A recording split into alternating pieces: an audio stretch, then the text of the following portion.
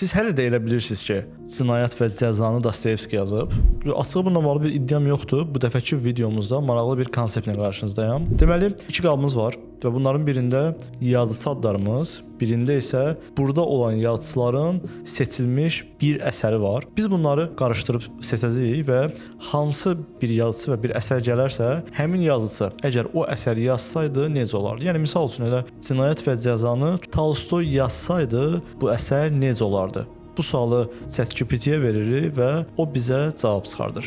Elə isə birinci kitabımıza keçək və bir yazıçı adı çıxardırıq təbii ki. Görək kim çıxır. Bəli, türk yazarı çıxdı, Sabahattin Ali. Sabahattin Ali bunu ayırıb kənara qoyuruq və növbədə əsərlərin adı var. Bunları da qarışdıraq birinci, ədalətli olsun deyə və bir əsəri, yəni bir kağızı çıxardırıq. Görək bu dəfə hansı əsər gəldi. Çevrilmə. Bəli, Franz Kafkanın çevrilmə əsəri çıxdı.